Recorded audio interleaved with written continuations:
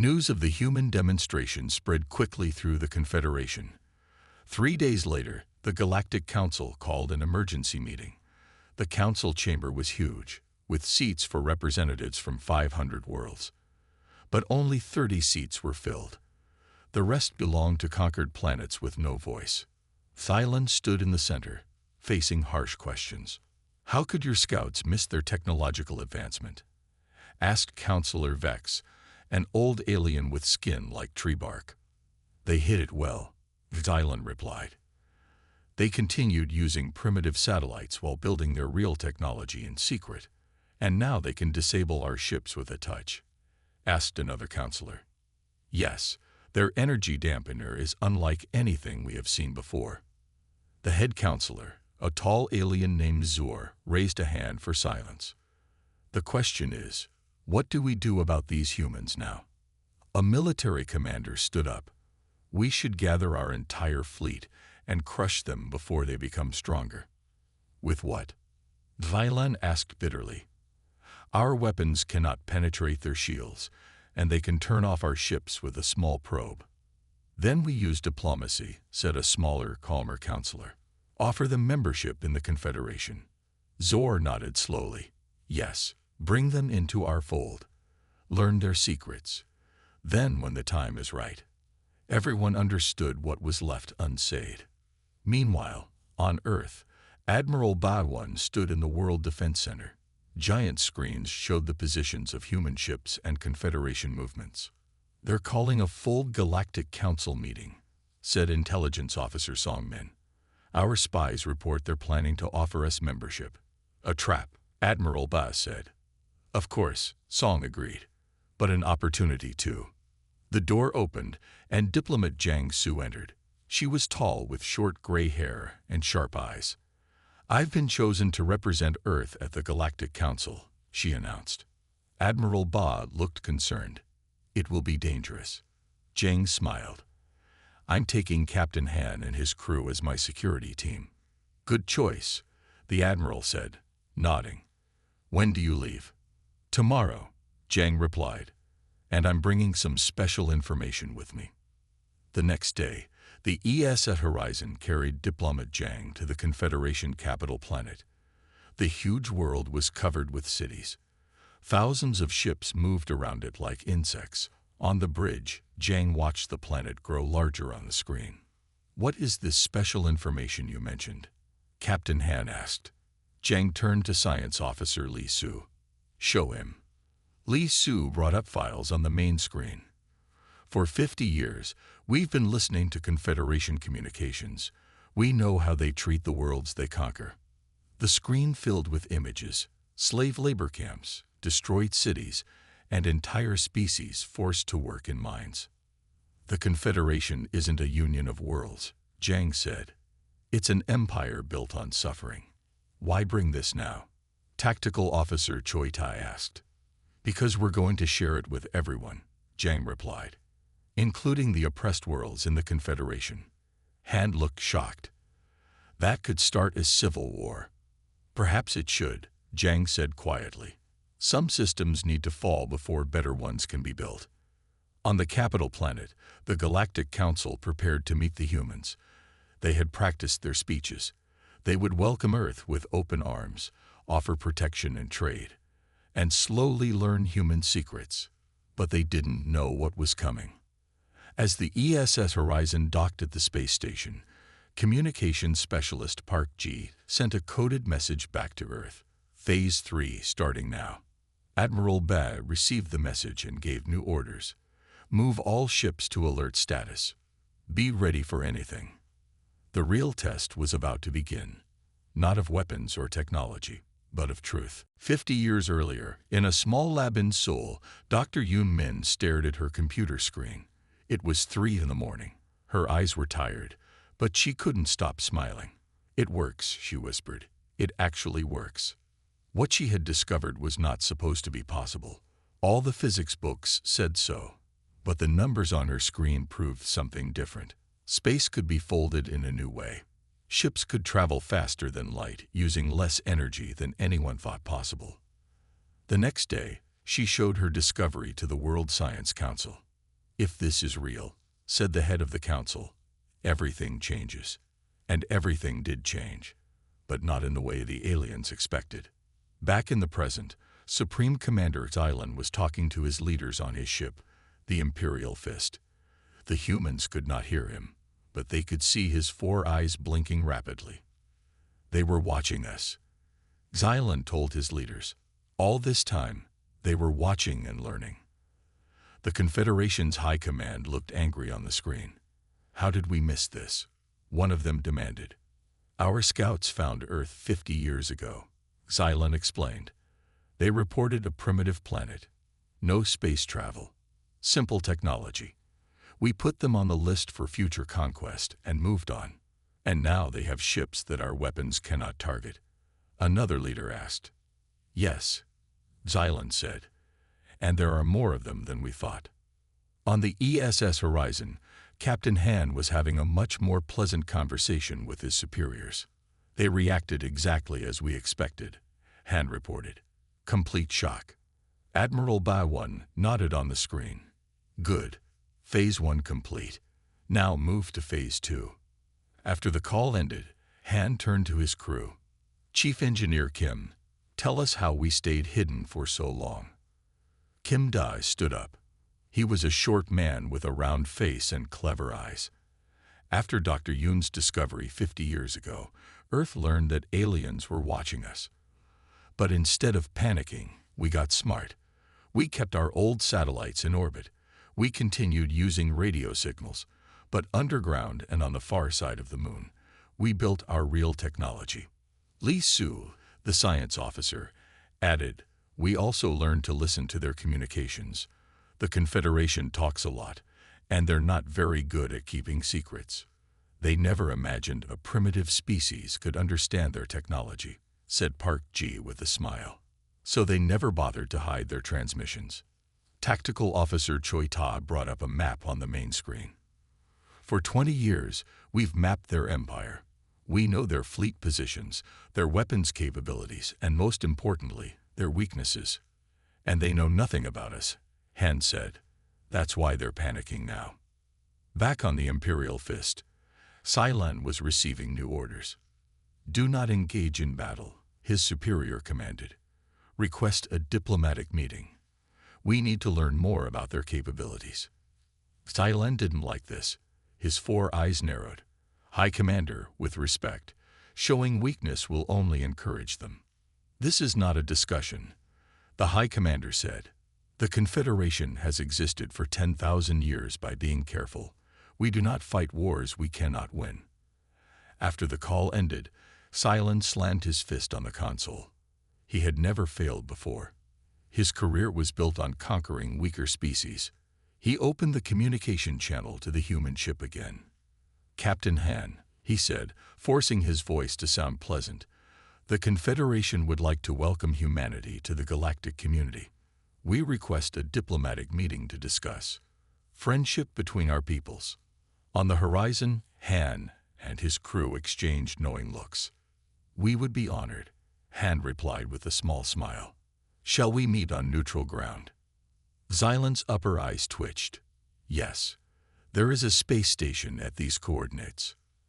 After the communication ended, Choi Ta leaned toward Han. "He's planning something." Han nodded. "Of course he is. And so are we." He turned to his crew. "Contact Earth. Tell them Phase 2 is starting. And tell Admiral Ba to move the fleet into position." The human ships surrounded the Imperial Fist, their engines glowing with a strange blue light that the aliens had never seen before. The real game was just beginning. 2 weeks after the battle for Earth, a new alliance was born. Representatives from 27 formerly enslaved worlds met on Earth. They signed an agreement called the Galactic Liberty Alliance. Diplomat Jiang Su stood with the alien leaders. Today marks the beginning of a new era. Not one of conquest, but of cooperation. The Zalathi leader Toph nodded. "For thousands of years, the Confederation kept us apart. They feared what would happen if we united. Now we know why," Jiang said. "Together, we are stronger than they ever were." As they celebrated, Admiral Ba entered the room with Captain Han Jo. "I'm sorry to interrupt," Admiral Ba said, "but we found Silen."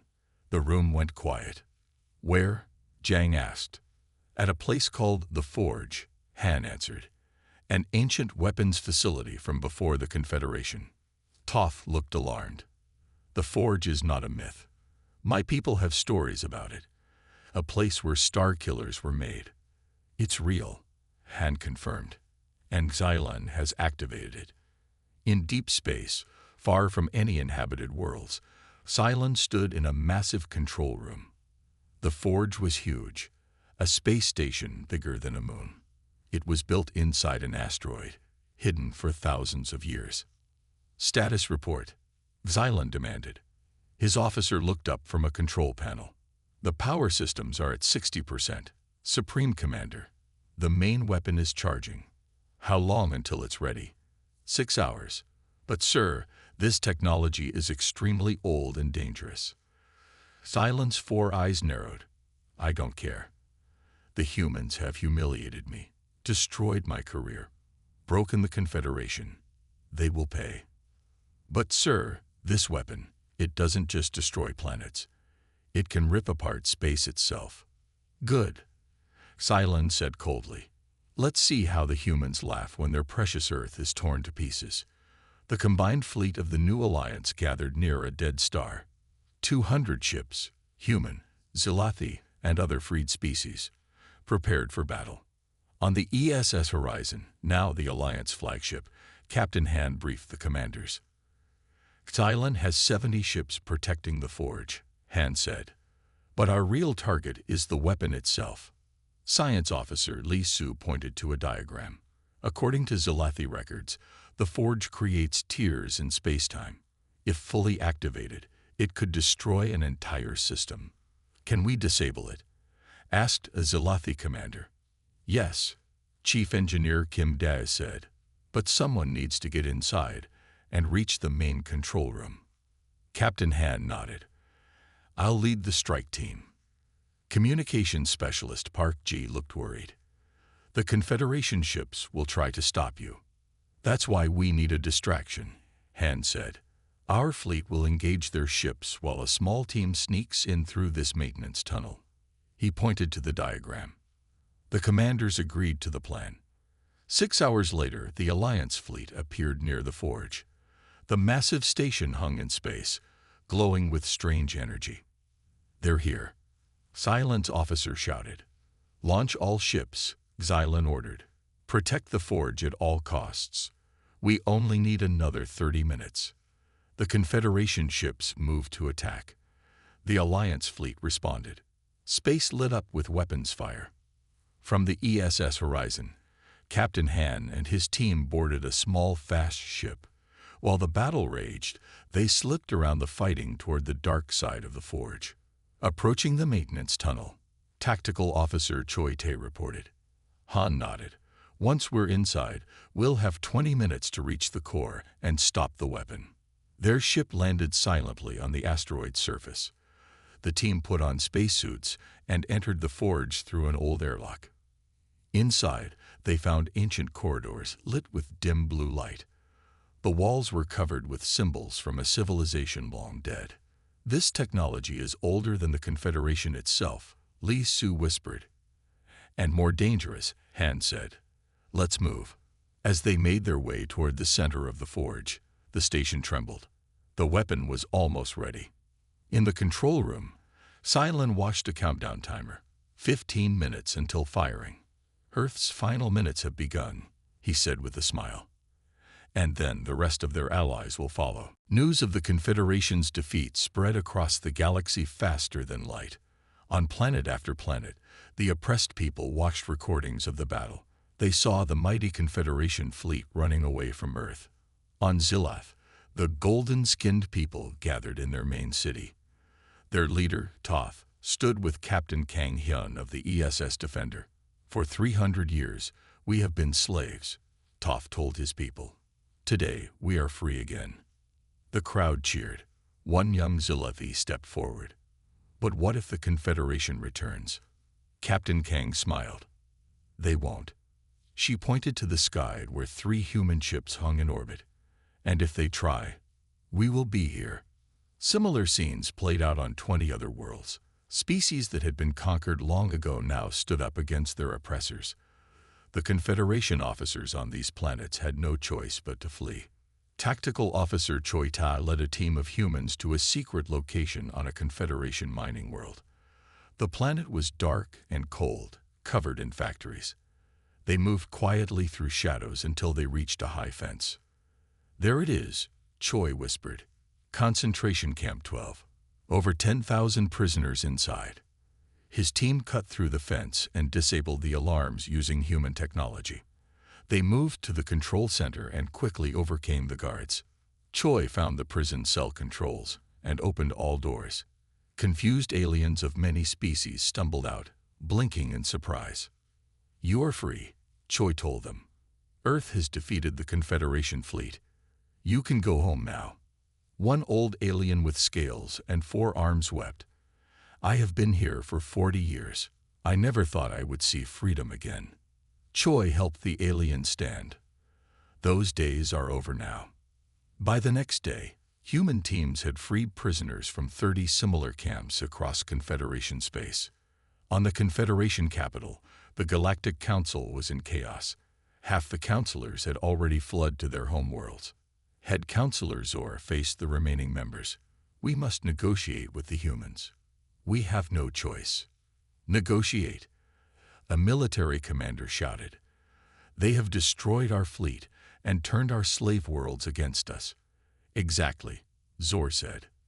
"And now 7 of our core worlds have declared independence. The Confederation is falling apart." Another counselor stood up. "I vote to remove Xylan from command. His attack on Earth was a disaster." "Agreed," said several others. Zor nodded. "Very well. Xylan is removed from his position. I will personally lead peace talks with Earth." Meanwhile, Xylan sat alone in his quarters aboard the damaged Eternal Glory. His ship hid in an empty star system, with the remains of his once great fleet.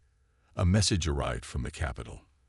Xylan read it and smashed the screen in anger. "Removed from command," he shouted, "after everything I've done for the Confederation." His most loyal officer entered the room. "Sir, we've received word that several counselors want to surrender to the humans." Xylan's 4 eyes narrowed. "Traitors, all of them." He stood up. "How many ships remain loyal to me?" 73, Supreme Commander. "Good. Send this message to all of them. The Confederation may surrender, but we will not. We will gather our forces and strike at the humans when they least expect it." The officer saluted. "Yes, sir. Where shall we meet?" Xylan brought up a map of the galaxy. He pointed to a distant star. "Here, the ancient weapons testing ground. If the humans want war, I will show them what real power looks like." On Earth, Admiral Bai received reports from across the galaxy. 23 worlds have declared independence from the Confederation, Intelligence Officer Song Min reported, and the Galactic Council wants to negotiate peace. "And Xylan?" Admiral Bai asked. "Missing," Song said, "along with about 70 ships." Admiral Bai frowned. "He won't give up so easily. Find him." "Yes, sir. Also, the Zelathi have shared something interesting." Song handed him a datapad. Ancient star maps showing something called the Forge. It's some kind of weapons facility from before the Confederation existed. Could Xylan know about it? If he has access to the old records, yes. Admiral Ba looked troubled. "Then we need to find it first. The revolution has begun, but the real danger may still be coming." The neutral space station hung in the darkness between stars. It was an old trading post built by a species that had long ago joined the Confederation. Half of the station was now filled with Xylan's guards. The other half held Captain Han's team. Han brought Chief Engineer Kim Dine and Science Officer Li Su with him. They sat at a round table across from Xylan and 2 other aliens. One was tall with gray skin. The other was short with 6 arms. "Let us be direct," Xylan said. How did your species develop such technology without our knowledge? Han smiled. We're good at keeping secrets when needed. The six-armed alien leaned forward. Impossible. We have satellites watching all developing worlds. Yes, we found those, Li Su said. Very simple devices. We've been feeding them false data for 40 years.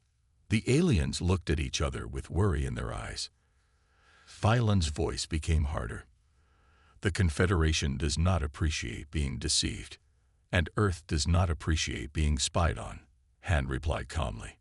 The gray alien touched the small device.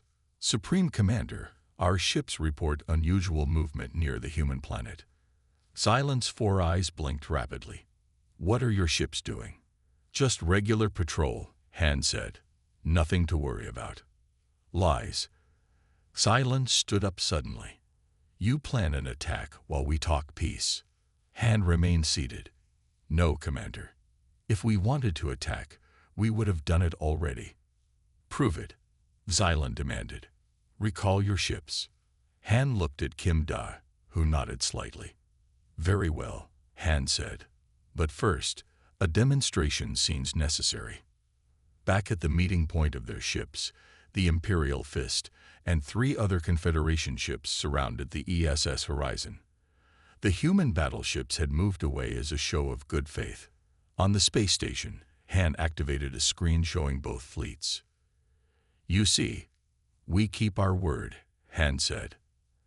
Phylan smiled for the first time. Yes, I see your ship is now alone. He pressed a button on his wrist. On the screen, the Imperial Fist's weapons began to glow. A small warning shot, Phylan said, to remind you of our power. The alien ship fired. A bright beam shot toward the horizon. Kim Da yawned. Is that the best weapon you have? The beam hit the human ship and disappeared. No explosion. No damage. The ESS Horizon looked completely untouched. What? Phylan jumped to his feet. Our turn, Han said quietly. On the screen, the Horizon released a small object. It floated toward the Imperial Fist. What is that? The gray alien asked, voice shaking. Just a probe, Kim Da explained. Watch. The probe touched the alien ship. Suddenly, all lights on the Imperial Fist went dark. The weapons stopped glowing. The ship began to drift. We call it an energy dampener, Li Su said. It temporarily disables any power system it touches. Impossible technology. The six-armed alien whispered. Yet here it is, Han said. He touched his communicator. Horizon, please restore power to the Imperial Fist. We don't want our new friends to get cold out there.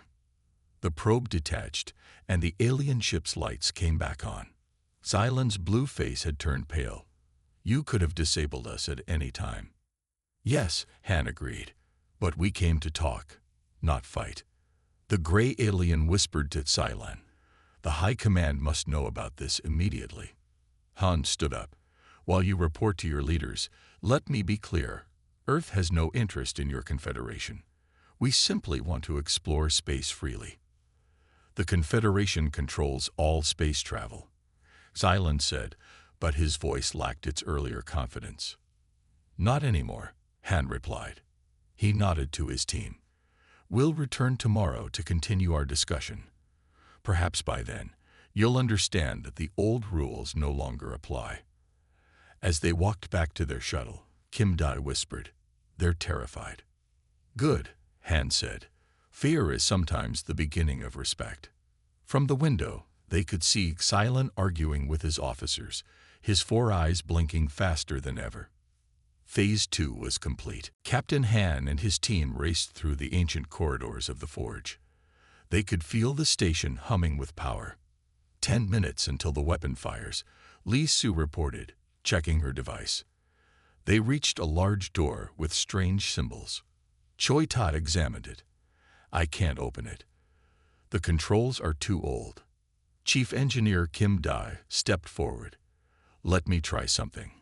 He attached a small device to the door. It glowed blue, then green. The door slowly opened. Inside was a vast chamber. In the center, a column of energy reached from floor to ceiling. Around it were control panels with blinking lights. And there stood Dylan, surrounded by guards. Humans, Xylan said, his 4 eyes widening in surprise. How did you get in here? The old-fashioned way, Han replied. Through the back door. Xylan's guards raised their weapons. You're too late, Dylan said. In 8 minutes, Earth will be destroyed. Then your new alliance will fall apart. Not if we stop you first, Han said. He nodded to his team.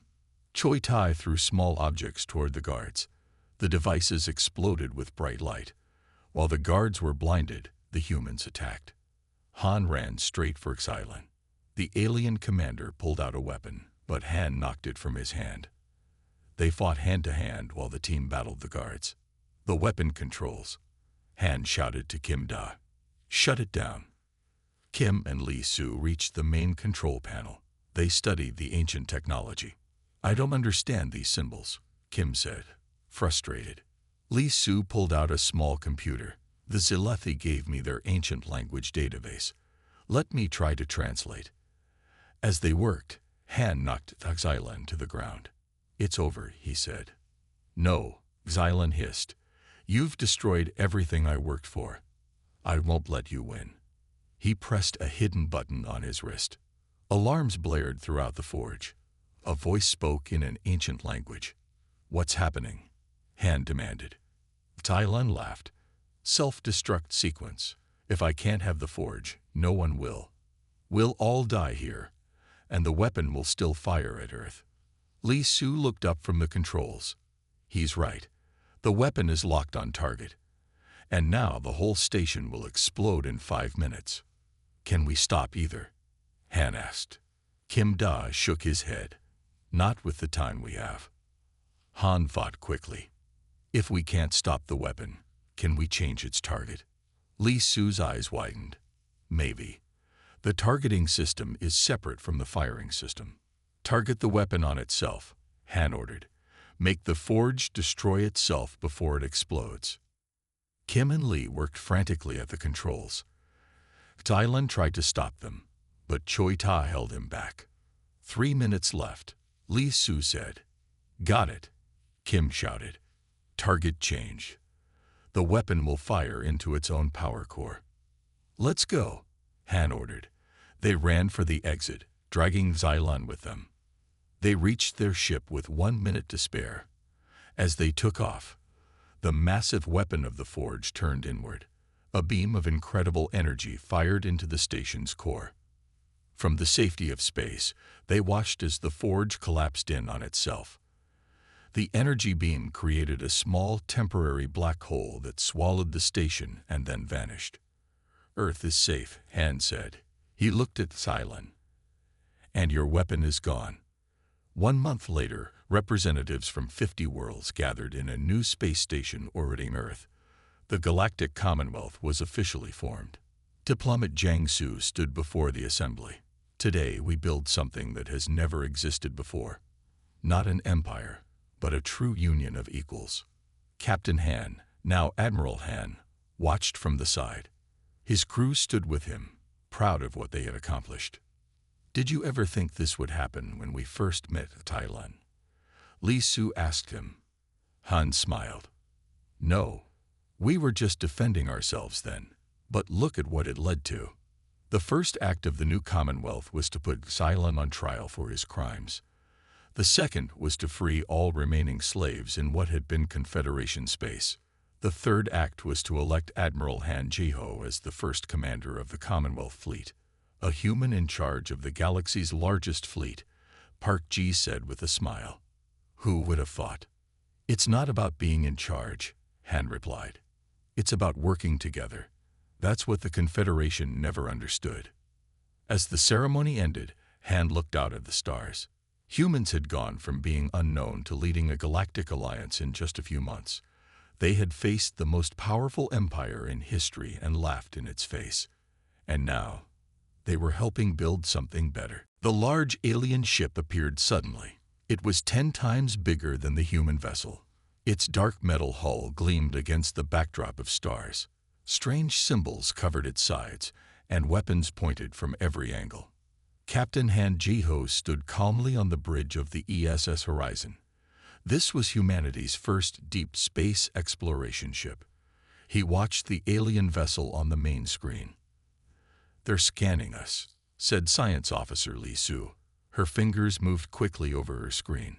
"Very strong scans. They can probably see what we had for breakfast." Han nodded. "Let them look. We have nothing to hide." A small smile played on his lips. Chief Engineer Kim Dai entered the bridge. "Captain, should I activate our special systems?" he asked quietly. "Not yet," Han replied. "Let's see what they want first." The communication screen suddenly lit up. A tall, blue-skinned alien appeared. It had 4 eyes and wore a complex uniform with many badges.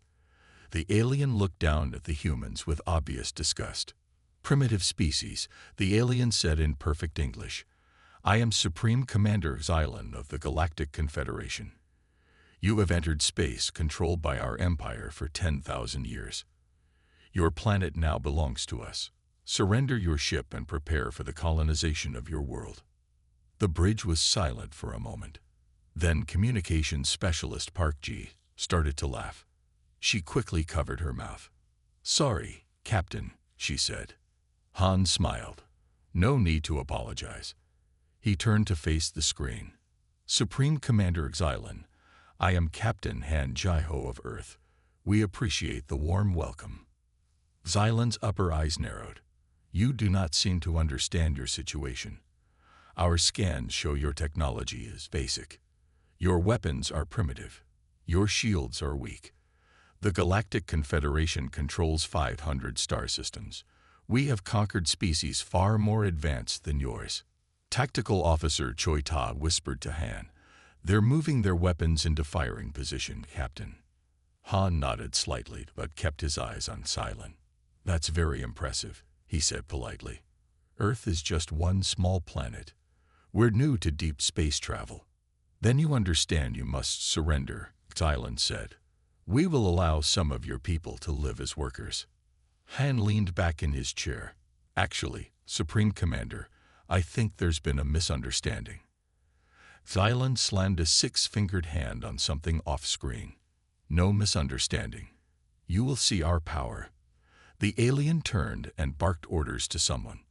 On the horizon's view screen, they watched as the massive alien ship's weapons began to glow. Han sighed and pressed a button on his chair. "I was hoping for a friendly first contact." "Activate Defense Protocol 3. Kim Dan nodded and entered commands into his console. Xylan's voice boomed from the speakers. "Your planet will be an example to others who defy the Confederation. After we destroy your pathetic ship, our fleet will." The alien stopped speaking mid-sentence. On the screen, Xylan was staring at something off-camera, 4 eyes wide with shock. What is this?" Xylan whispered. "Is something wrong, Supreme Commander?" Han asked innocently. "Our weapons, they cannot lock onto your vessel," Xylan said. "And our scans show this is impossible." Han winked at his crew. "Oh, did your scans just update?" "Yes, we have a few technologies you might find interesting." Lee Su checked her screen. "Captain, 3 more Confederation ships just entered the area." Han nodded. Perfect timing. He pressed another button. "Admiral Bai, you can drop the cloaking now." Around the horizon, 5 human battleships appeared from nowhere. Each was twice the size of the Confederation vessel, with sleek, advanced designs. Xylan's blue face had turned pale. This is impossible. Your species was not on our records as space-capable until recently." Han smiled broadly. "We like our privacy, Commander. Now, shall we start this conversation over? I believe you were about to welcome us to the galactic community." The Galactic Council chamber fell silent as diplomat Jiang Su walked in. Captain Han and his crew followed close behind. The aliens watched with a mix of fear and curiosity. Head Counselor Zor stood. "Welcome, humans. We are pleased to offer Earth membership in the glorious Confederation. Jiang bowed slightly. Thank you for the invitation. Before we discuss membership, I would like to meet representatives from all Confederation worlds. Zor's smile faded. Many worlds are too primitive to send representatives. I see, Jiang said. Then perhaps you can explain these. She nodded to Li Su, who activated a small device. Images appeared on all screens in the chamber. They showed slave camps on dozens of planets. Alien children working in mines. Cities burning. What is this? Zor demanded. The truth, Jiang replied. For 50 years, we've been watching you. These are your primitive worlds. These are your happy members. The council erupted in angry shouts. Xylan jumped to his feet. This is human propaganda. No, Jiang said calmly. These are your own records, from your own ships. And right now, these images are being sent to every world in the Confederation. Chaos broke out in the chamber.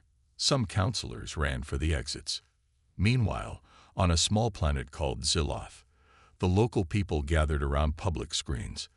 They were tall, thin aliens with golden skin. For 300 years, they had been Confederation slaves, mining rare metals. Is this real? One of them asked, watching the human broadcast. An old Zilothi named Toth nodded.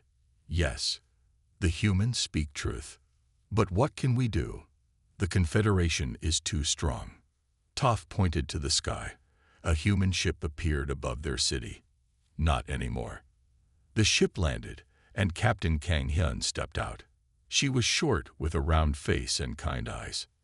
People of Ziloth, she said through a translator, Earth offers you protection and freedom.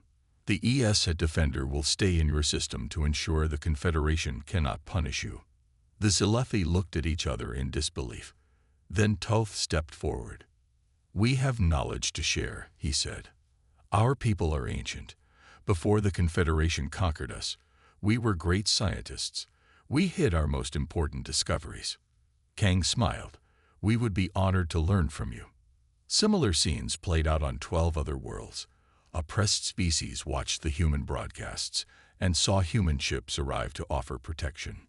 Back on the Confederation capital, the council meeting had turned into a shouting match. We should destroy Earth now, Xylan yelled. With what fleet? Another counselor asked. Human ships are at key worlds already. Zor called for order.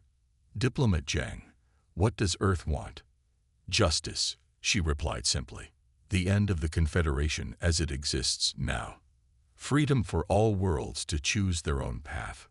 That would destroy thousands of years of order, Zor said. Yes, Jiang agreed. Your order, built on suffering. Xylan stormed out of the chamber. He went straight to his private ship and sent a coded message. Execute Protocol Omega. On Earth, Intelligence Officer Song Min received an alert. She rushed to Admiral Ba's office. They're mobilizing their reserve fleet, she reported. 300 ships heading to these coordinates. Admiral Ba studied the map. They're planning to attack Earth directly while our ships are protecting other worlds. Should we recall our fleet? Song asked. The Admiral shook his head. No, we gave our word to those planets. He touched a communication panel. This is Admiral Ba. Activate the home defense grid and contact Dr. Yun Min. Tell her it's time to test her new project. Song looked worried. Will it work? It has to, Admiral Ba said, because Hylun is coming with everything he has. The screen showed hundreds of Confederation ships moving toward Earth, their weapons ready for war. 300 Confederation ships moved through space toward Earth. Xylan stood on the bridge of his new flagship, the Eternal Glory. It was 3 times larger than the Imperial Fist and armed with the newest weapons. Time to arrival, Xylan asked. 2 hours, Supreme Commander, an officer replied. Xylan smiled with all 4 eyes. The humans made a mistake. They sent their ships to protect other worlds. Now their home is vulnerable. His second-in-command looked worried. But their technology. is impressive.